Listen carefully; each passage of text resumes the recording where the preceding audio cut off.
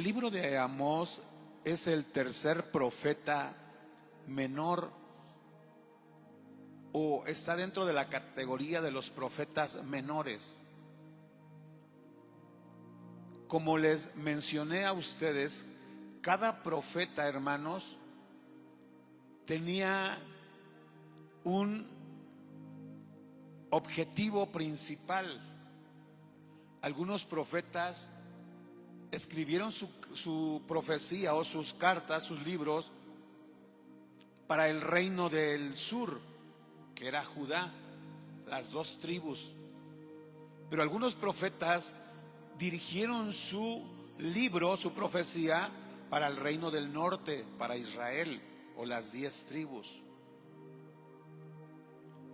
En la introducción de esta profecía encontramos el nombre del autor y también a quién va dirigida. El autor de este libro es el profeta Amós. Cuando estudiemos todo el libro, hermanos, nos daremos cuenta quién era este hombre, Amós. No era, él se consideraba no un profeta profesional o un profeta reconocido con fama, porque había profetas que fueron conocidos por el pueblo de Israel y por la nación de Judá. Pero Amós, hermanos, él no era reconocido como un gran profeta. De hecho, era un hombre desconocido. Aquí nos menciona en el primer verso cuál era su oficio. Él era pastor de ovejas. Él vivía o era originario, este hombre, de un lugar llamado Tecoa. ¿Qué era Tecoa? Tecoa era la frontera donde terminaba el límite de Judá y comenzaba Samaria. Recordamos, ahora que estamos en nuestros estudios de los reyes de Israel, que las dos ciudades o los dos reinos estaban divididos y no podían mezclarse, no convivían. De hecho, el rey de Israel, el rey del norte, tenía soldados, tenía su guardia en todo lo que era la frontera, para que ni los de Israel vinieran a Judá, ni los de Judá traspasaran a Israel. Había una división. Y cerca de esa división, donde estaba el desierto de Samaria, ahí se encontraba este lugar de Tecoa. Esto nos habla de que era un lugar apartado, era un lugar desconocido. Pero vean cómo opera Dios, hermanos, en sus propósitos divinos. Dios se puede valer de cualquier persona, de cualquier individuo. Cuando Dios quiere dar un mensaje a la humanidad, cuando Dios quiere llamar al arrepentimiento al hombre y la mujer, Él va a levantar de cualquier lugar. Hoy hay algunos que son un poco celosos en este oficio, y cuando ven que otro está predicando, aquellos que creen que tienen experiencia o que ellos sí fueron llamados, que los nombraron, que alguien los reconoció, esas personas como que quieren impedir a los que predican el evangelio, los quieren estorbar, porque dicen: ¿a ti quién te llamó? ¿A él quién lo nombró pastor? Inmediatamente comienza ese celo, esa contienda, lo que hicieron con el Señor Jesucristo. Los rabinos de Israel, los maestros de Israel, aún los escribas, que aunque no eran servidores constituidos oficialmente, que no eran un ministerio, los escribas, por conocer la ley, por conocer la Torá de Moisés, ellos se creían con mucha autoridad.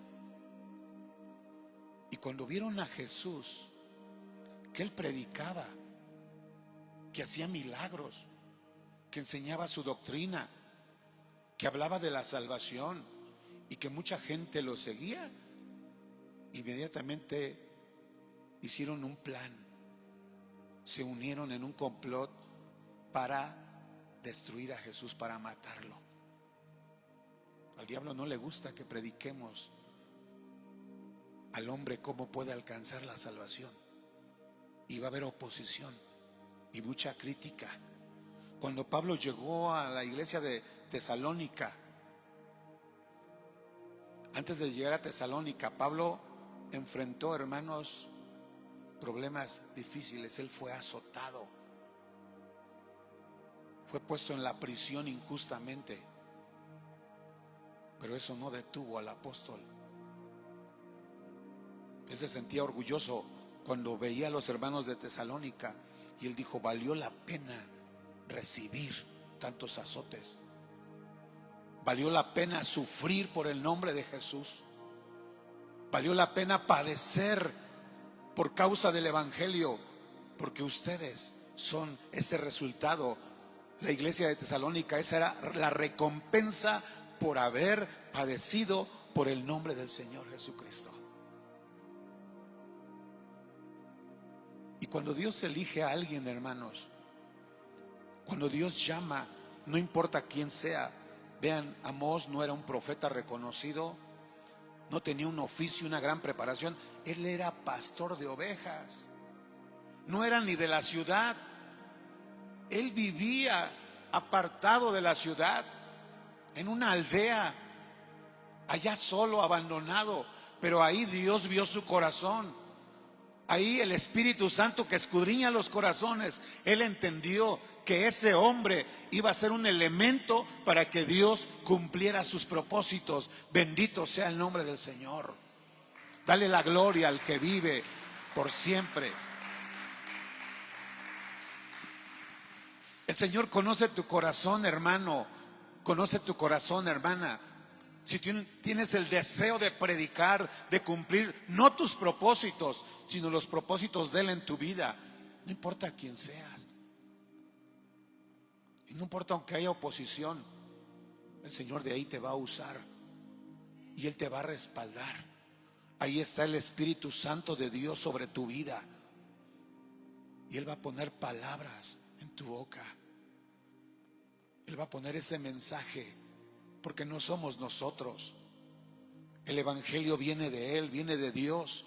Él únicamente nos usa como instrumentos, pero vamos a ser vasos para la honra y gloria si tú permites que el Espíritu Santo te use. Si tú le dices: Señor, envíame a mí, aquí estoy dispuesto para predicar, para anunciar, para ganar esas almas que el diablo tiene oprimidas. Yo estoy, Señor, dispuesto para predicar, aquí estoy. El Señor te va a reconocer, y de donde sea que tú estés, de ahí el Señor te va a llamar para su servicio.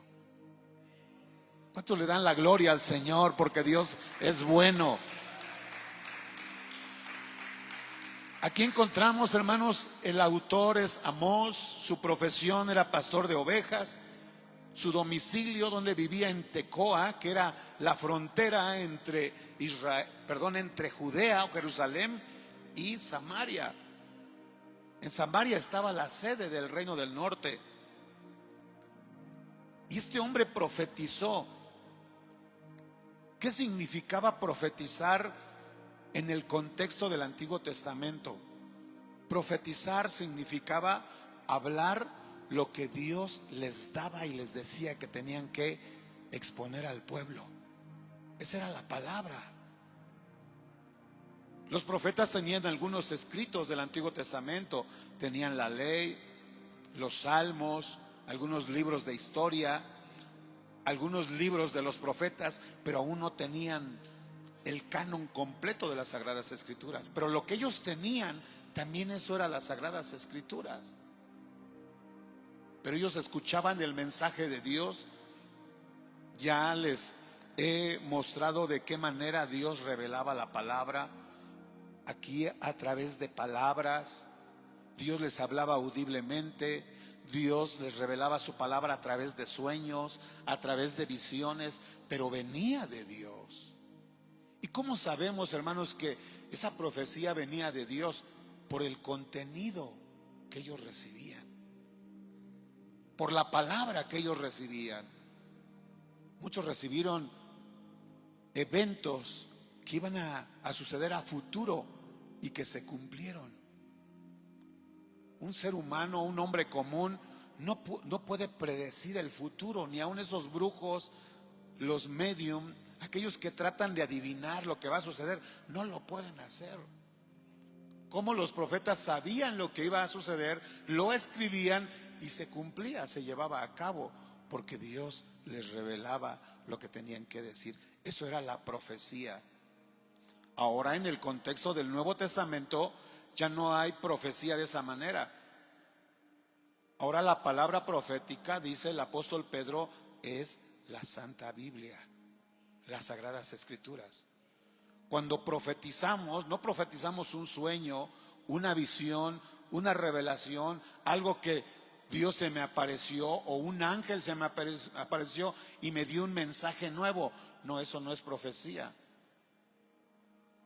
La profecía es hablar las Sagradas Escrituras, que es la antorcha que alumbra la iglesia, que es la antorcha que alumbra al perdido, que nos guía a nosotros para agradar a Dios, para predicar su palabra. También esa palabra, hermanos, que es un arma poderosa, que es la espada, que nos ayuda para pelear en el mundo espiritual, para enfrentar principados, potestades. Y esta palabra profética es nuestra arma poderosa para vencer al enemigo. Hay poder en el nombre glorioso de Jesucristo. Dale la gloria a Él.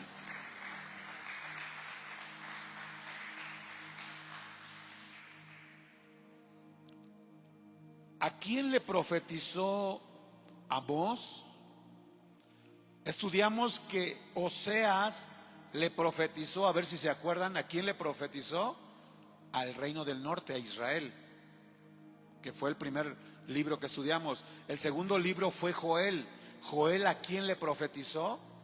A Judá. Y ahora vamos a estudiar a quién le profetizó Amós. Y aquí viene, vean, profetizó acerca de quién? De Israel. Entonces vamos 2-1. Dos profetas, Oseas y Amós, dirigieron su libro a el reino del norte, a Israel, a Samaria. Y solo el profeta Joel le escribió a Judá, a Jerusalén. ¿Quién era el rey de Israel en ese tiempo? Aquí se menciona Usías. Él era el rey ¿de dónde? De Judá. Este rey Usías, hermanos, él estuvo desde el año 792 al año 740. Fue el rey número 10 de Judá. Y por el reino del norte estuvo el rey Jeroboam II, porque ya hubo un Jeroboam primero, que fue el que continuó después del rey Salomón. Ese fue Jeroboam primero, justo el que dividió a Israel, el que dividió a las 12 tribus, el Jeroboam primero. Pero aquí Amós, hermanos, está de rey en Israel Jeroboam II, que fue el rey número 13 de Israel. Hijo de Joás, rey de Israel, 2 años antes del terremoto. Amós usa eventos que habían, y hay algunos otros profetas, como no sabían qué referencia dar y querían tener datos verídicos, datos históricos, porque eso es uno de las evidencias que demuestra que la Biblia es veraz. Los datos históricos, porque el libro del Mormón te hablan sus historias, te hablan de revelaciones, ciudades, pero esas ciudades que menciona el libro del Mormón, la perla del gran precio, no existen esas ciudades. Esos relatos no existen. Eso nos lleva a concluir que el libro del Mormón es un invento. Es un libro, una literatura producto de la mente humana. Pero la Biblia no, hermanos, porque la Biblia tiene evidencias históricas.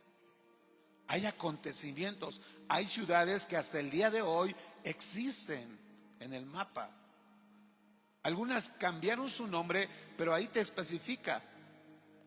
Moab, ¿quién era Moab? Pues era tal ciudad, pero ahora actualmente se llama de esta manera. Los nombres son mencionados. Entonces, estos profetas o escritores, hermanos, de las profecías, ellos lo relacionaban con un evento. ¿Cuál fue el evento que Joel mencionó para poder hacer alguna referencia de su escrito? La plaga de las langostas, ¿se acuerdan? Él mencionó una plaga que hubo en Israel, donde acabó con sus cultivos, sus viñedos, arrasó con la naturaleza, no hubo alimento, hubo hambruna, hubo un castigo para Israel. Pero aquí ahora Amós menciona este terremoto. También, hermanos, encontramos en este primer verso cómo el profeta Amós, hermanos, anunció al reino de Israel, que es Efraín y Samaria, anunció que vendría un juicio. Pero Amós usó otra estrategia. Tanto los profetas que ya estudiamos, Oseas como Joel, ellos, uno envía una profecía que se iba a cumplir en contra de Israel y Joel en contra de Judá, pero la profecía la mencionó directamente para ellos. Pero Amós no, hermanos. Él le dice a Israel que va a venir un juicio no para Israel, sino que va a venir un juicio para las naciones que están alrededor de Israel. Él cambió la estrategia, Amós. Dice, va a venir un juicio, pero no va a ser sobre ustedes, que hasta el final también advierte a Israel, pero aquí habla de que iba a haber un juicio, una destrucción. Vendría, hermanos, la ira de Dios. Por eso aquí se menciona en el verso 2, dijo Jehová, rugirá desde Sión y dará su voz desde Jerusalén, y los campos de los pastores se enlutarán y se sacará la cumbre del Carmelo. Aquí nos podemos dar cuenta, hermanos, que hay un mensaje de advertencia, hay un mensaje de castigo. ¿Esto qué demuestra? Vean cómo Amós relaciona la destrucción, las plagas, los terremotos. ¿Saben a qué lo relaciona? Que es una reacción de Dios ante el pecado del hombre. ¿Por qué vienen las pandemias? ¿Por qué vienen esos virus, esas bacterias que se contaminan? ¿Por qué hay desastres? ¿Por qué a través de ciclones, huracanes, tsunamis, terremotos, pandemias, temblores? ¿Por qué, hermanos, esto viene a la tierra? Porque esa es una reacción del descontento de Dios. En otras palabras, Dios le dice al hombre, no estoy de acuerdo con el proceder. Hay un pecado, hay maldad. Y aquí se menciona, hermanos, ¿qué es lo que va a suceder? En el versículo 3, vean, así ha dicho Jehová, por 3 pecados de Damasco y por el cuarto no revocaré su castigo, porque trillaron a Galaad con trillos de hierro.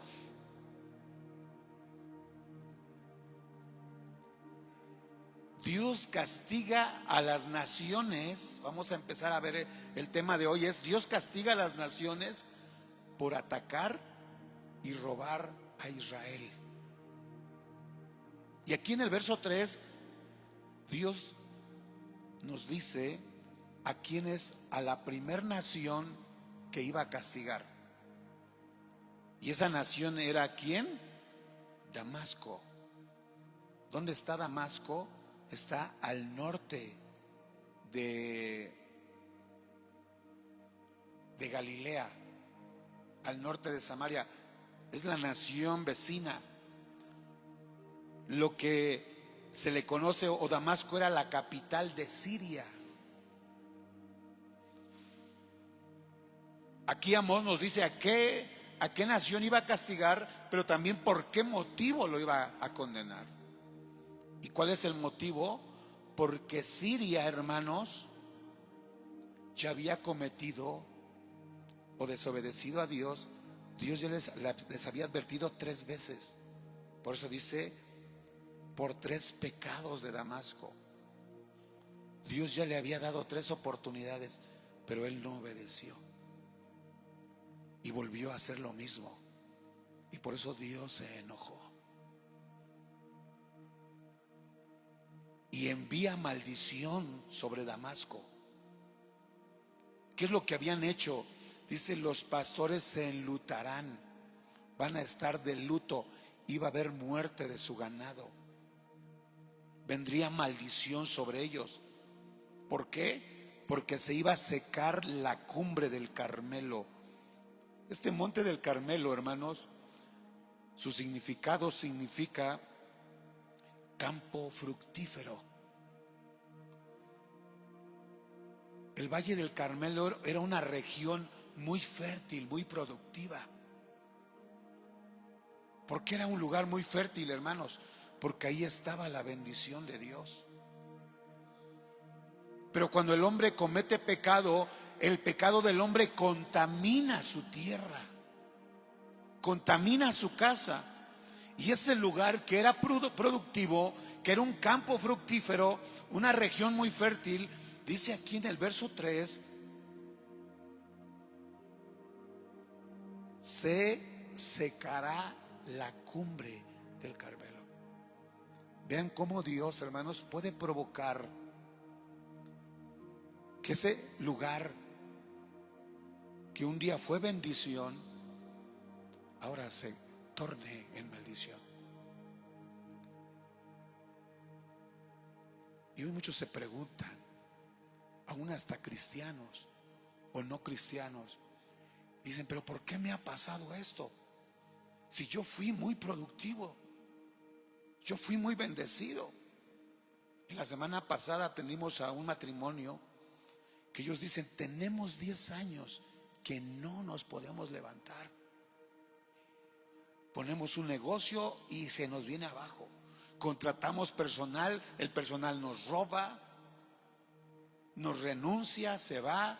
No hay prosperidad y nos esforzamos y trabajamos desde la mañana hasta la noche y todos los días de la semana y no hay bendición. Y antes éramos muy fructíferos, nuestro negocio era muy productivo y ahora no hay bendición. Es lo que pasó con el Monte Carmelo.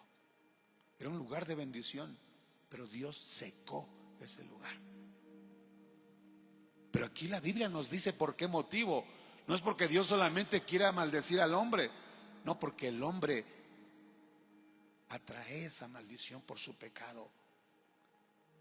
Y aquí le dice por qué se iba a secar ese lugar, porque Dios iba a castigar a Damasco, que era la capital de Siria, porque trillaron a Galat. Porque el rey de Asiria, el imperio de Siria, con sus soldados, entraron a Galat, donde había habitantes de Israel, y mataron a sus niños, a sus mujeres y a sus ancianos, los pisotearon. Y Dios, hermanos, Dios no apoya el abuso, la injusticia. Dios es enemigo de la ilegalidad. Y le dice a Damasco, va a venir juicio por ti, porque él vino a vengar la sangre de esa gente inocente de los israelitas. Ellos trillaron a Galat con trillos de hierro. O sea, el rey de Siria no tuvo compasión. Ellos vinieron con sus ejércitos y aplastaron la cabeza, pisotearon a las mujeres, a los niños. Aún a las mujeres que estaban encinta, dice que les abrieron el vientre, o sea, de una manera sanguinaria, hermanos. El rey de Siria entró para matar a los israelitas. Pero Dios, hermanos, Él es el protector de huérfanos y de viudas. Él dijo: mía es la venganza, dice Jehová. Dice: y no revocaré mi castigo. ¿Qué significa? Tal vez los de Damasco, alguien iba a orar, iba a pedir perdón y dice: no me voy a retractar de lo que ya dicté. Todo decreto de destrucción yo no la voy a revocar. Se va a cumplir ese castigo sobre Damasco.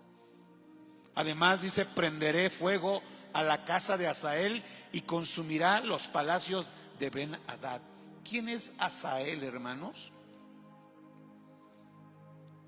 Hazael es el rey de Siria. Y Ben-Hadad es el hijo del rey Hazael. Entonces, ¿qué significa esta maldición, hermanos? Que iba a terminar con la ciudad de Damasco, con Siria, iba a arrasar su tierra, iba a haber maldición, iba a matar a su rey e iba a matar a la descendencia del rey. Vean cómo cae maldición. Porque Dios conoce los corazones. Pero también Dios conoce los corazones que están dispuestos para servirle. Pero también Dios conoce los corazones que están en pecado. Y vean cómo esta sentencia Dios no la mandó en la primera desobediencia. No llame desobediencia, va maldición, va fuego sobre ellos. No, hermanos, Dios les dio oportunidades, pero no aprovecharon esa oportunidad.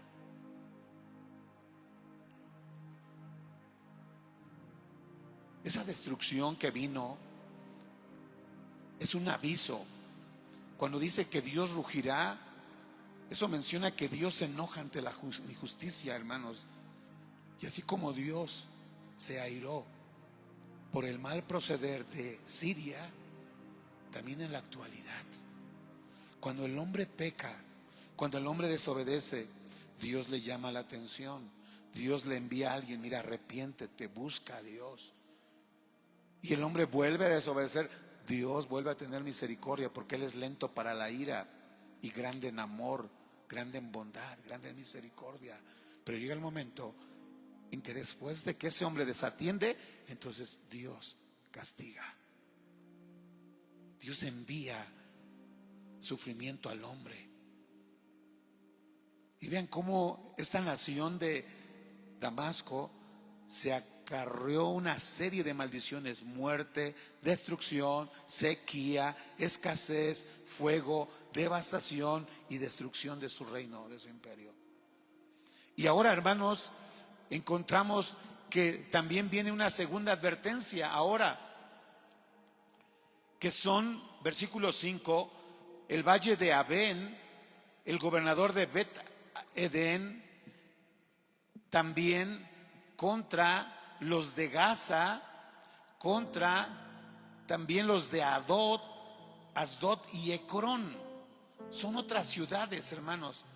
Estas ciudades que se mencionan aquí son las 5 ciudades que estaban habitadas, ocupadas por los filisteos. Y todas estas ciudades a las cuales viene juicio fueron enemigos de Israel. Le hicieron mucho daño a Israel. ¿Esto qué nos lleva a conocer, hermanos? Que todo aquel que maldiga a Israel, que todo aquel que daña a Israel, Dios va a defender y Dios enviará maldición a aquellas naciones. Pero también con nosotros, con nuestra iglesia, con los que somos el pueblo del Señor. Si nosotros confiamos en Dios y alguien intenta atacarnos, nos envían maldición, nos critican. Y no solo, hermanos, nos critican los de afuera, los romanistas. No, hermanos, también hay ataque de aún de supuestos hermanos. Y sin exagerar, aún de pastores. Hay maldición para la iglesia de Jesucristo. Pero ellos están peleando contra Dios. También vino juicio, hermanos. Aquí vemos sobre estos pueblos 5 ciudades de las cuales estaban ocupadas por los filisteos. Vemos cómo Dios ya castigó a Siria, ahora va a castigar a los filisteos. Y de la misma manera, hermanos, iba a traer quebranto, destrucción, esclavitud, enviar fuego, los iba a consumir e iban a perecer. Pero ¿por qué razón, hermanos? Dice: quebrantaré los cerrojos de Damasco, porque Damasco era una ciudad que puso sus vallados, sus protecciones para que los ejércitos no entraran.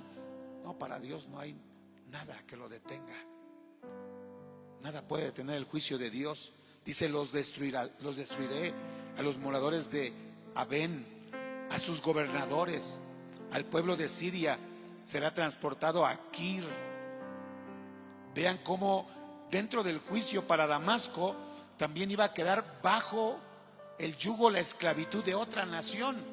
Siria esclavizó a Israel y ahora otra nación iba a esclavizar a Siria.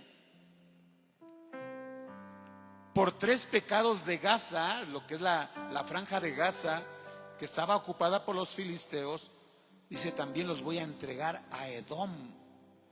¿Quién era Edom? La descendencia de Esaú.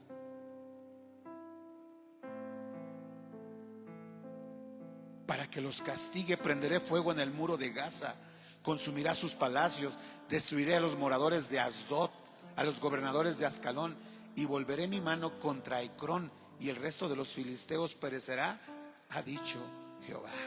Pero esto es por causa del pecado. Y encontramos también en el verso 9 al verso 12 otra nueva ciudad, que es la ciudad de Tiro, de Edom, que también Dios iba a enviar juicio sobre de ellos. Dice: por 3 pecados de Tiro, prenderé fuego en el muro de Tiro, y ese fuego consumirá sus palacios.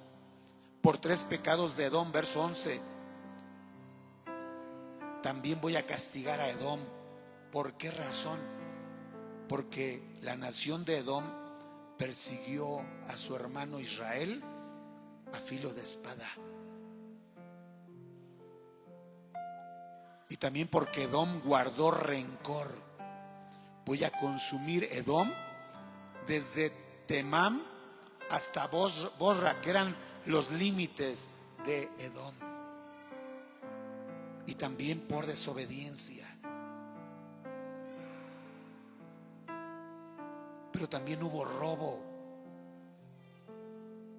Y en su furor le ha robado siempre y perpetuamente ha guardado el rencor. Verso 11 al final. Vean cómo en cualquier situación, en cualquier categoría de pecado, Dios siempre, hermanos, repudia la maldad del hombre y castiga esa maldad. Y ahora, por último, encontramos del verso 13 al verso 15 también juicio sobre otra nación, que es Amón, los amonitas y la nación de Raba.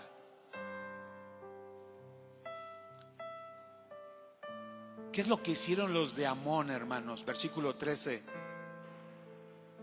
Ensancharon sus tierras. ¿Pero por qué ensancharon sus tierras? Porque entraron a otras naciones, otras ciudades, y mataron a las mujeres. Versículo 14. Encenderé fuego en el muro de Rabá y consumirá sus palacios con estruendo el día de la batalla, con tempestad en día tempestuoso, y su rey irá en cautiverio, él y todos los príncipes, dice Jehová. Vean cómo Dios tiene el conocimiento perfecto de lo que sucede. La injusticia del hombre, el robo del hombre, la maldad, Dios lo conoce y Dios lo castiga. Y esto porque el Señor nos los muestra a nosotros ahora. ¿Por qué tenemos que trasladar esta enseñanza de lo que sucedió con Israel? Para que ahora nosotros, hermanos, de la misma manera, tengamos esa conciencia de que Dios también Él mira lo que hacemos. Él mira nuestro corazón. Si nosotros le ofendemos a Él, si le fallamos a Él, Él tiene en cuenta todo eso. Pero también Dios conoce nuestro corazón cuando le pedimos perdón. Algunos dirán, ¿qué sentido tiene el arrepentirme? ¿Para qué me voy a arrepentir? Si la iglesia ni siquiera me toma en cuenta, el pastor ni sabe que yo estoy orando en mi casa, me estoy arrepintiendo de mis pecados. ¿Para qué arrepentirme? ¿Para qué vivir una vida de santidad? ¿Para qué vivir una vida de obediencia si nadie lo toma en cuenta? Dios sí lo ve, hermanos. Dios ve ese corazón con el cual tú te humillas delante de Él. Él ve esa vida de testimonio. Él conoce esa vida de rectitud que tú has luchado por agradarle a Él. Y a veces, aunque el hombre nos critica, nos insulta, somos perseguidos, padecemos por el nombre del Señor, somos vituperados. Pero si somos fieles al Señor, Él nos defenderá. Así como Dios defendió a Israel de sus enemigos, de todos aquellos que le rodeaban y que aparentemente hicieron estragos, lo destruyeron, saquearon, abusaron de esa ciudad de Israel. Pero Dios peleó por ellos. Así Dios va a pelear por ti, hermano. Confía en el Señor. Vale la pena que tú entregues tu vida, que rindas tu vida al Señor. Esfuérzate. Sigue orando, sigue predicando su palabra, aunque haya oposición, aunque la misma iglesia o la misma gente se oponga. Tú predica el reino de Dios. Ora por aquel perdido, ora por aquel que está en las drogas, ora por aquel que el diablo lo ha engañado, lo ha seducido. Tú sigue orando por él. El Señor lo va a liberar, el Señor lo va a libertar, el Señor va a romper cadenas, porque hay poder en el nombre de Jesús, porque hay poder en la sangre de Cristo. ¿Cuánto le dan la gloria al Señor? Bendito sea. Ponte de pie, vamos a bendecir el nombre del Señor. Vamos a glorificar el nombre maravilloso del Señor de Jesucristo. Si en esta tarde, en esta noche, tal vez tú sientes que ya no puedes seguir adelante, que es difícil agradar a Dios, aquí está aquel que te ayudará. Aquí está aquel que te esfuerza. Aquí está aquel que te da de su poder, que te va a fortalecer. Pablo dijo: fortaleceos en el Señor y en el poder de su fuerza. Aquí está el Señor. Si tú quieres pasar aquí al frente y decirle: Señor, aquí estoy, te necesito, quiero de tu ayuda, Señor, ya no puedo seguir solo, quiero que tu Espíritu Santo, Señor, me revista de poder. Él da fuerzas al cansado y multiplica al que no tiene ninguna. Alabemos al Señor para siempre.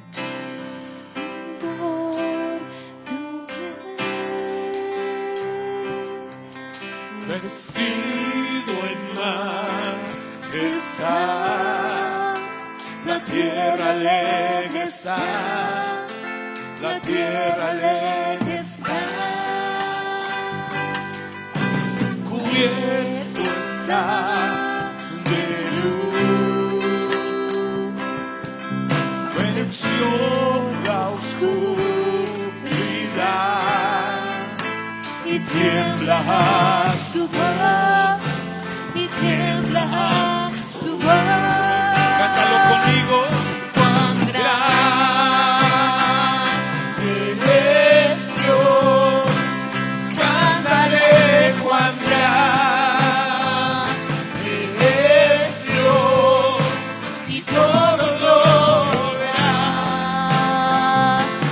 Cuán grande es Dios, tú eres grande.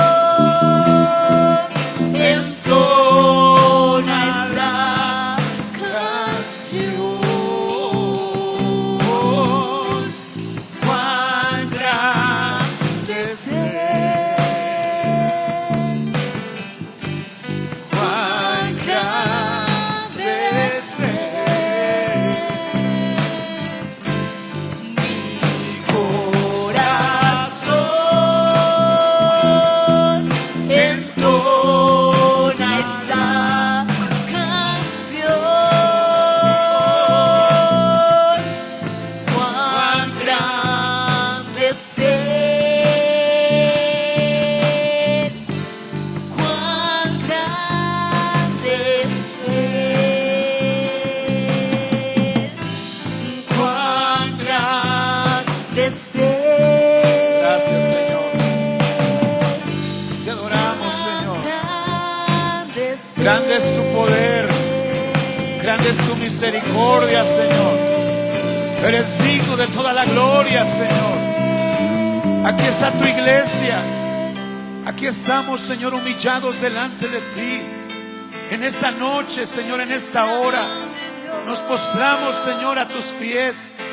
En esta hora, Señor, si nosotros mismos abrimos la puerta, Señor, para que viniera juicio, castigo, maldición, que viniera sobre nosotros, Señor.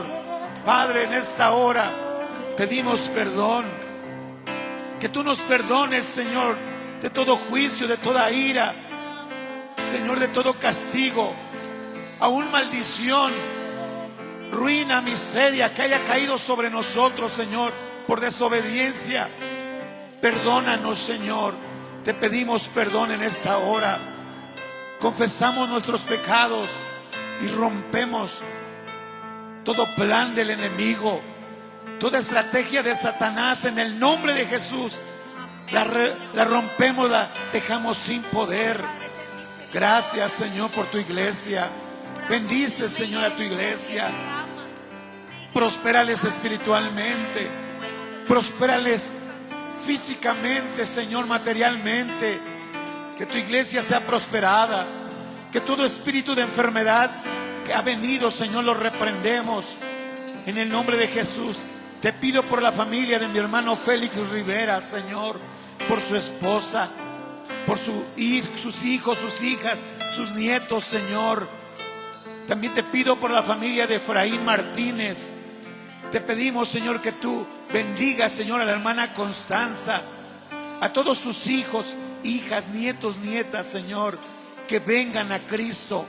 También te pedimos, Señor, por la vida de mi hermano Hansel, de Maren, de su familia, que tú los bendigas. También la vida de Carolina Salgado, Señor, la vida del hermano Santiago, Señor, que tú bendigas su hogar, su casa.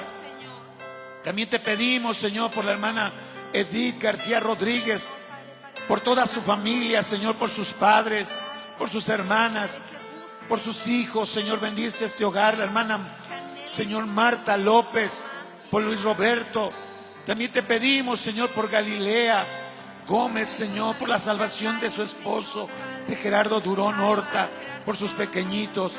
Bendice a tu iglesia, Padre. Bendice, Señor, a todas las familias que se reunieron en esta noche, en este lugar. Y bendice a todos los que de manera virtual, Señor, también escucharon esta palabra. Que sean bendecidos. Gracias, Señor. Vamos a salir, llévanos con bien. Bendice los hogares, a las familias. Guárdanos en esta noche. Bendice, Señor, el regreso de tu iglesia, el medio de transporte, los que van, Señor, a pie. También que tú les asignes ángeles guerreros. Envía ángeles, Señor.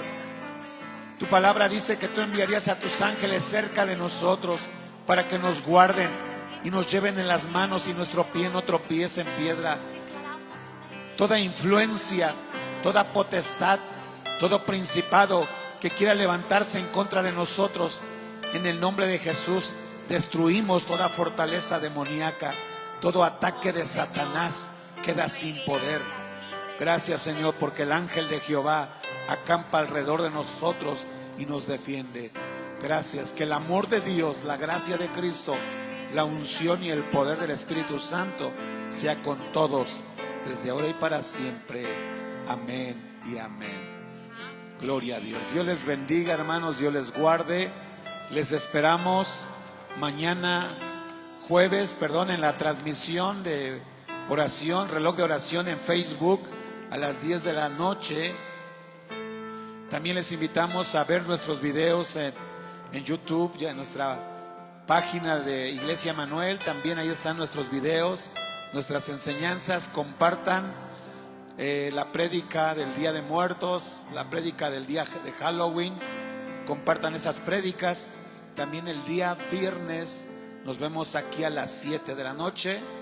El domingo 11:30 Es la cena del Señor y a las 6 de la tarde.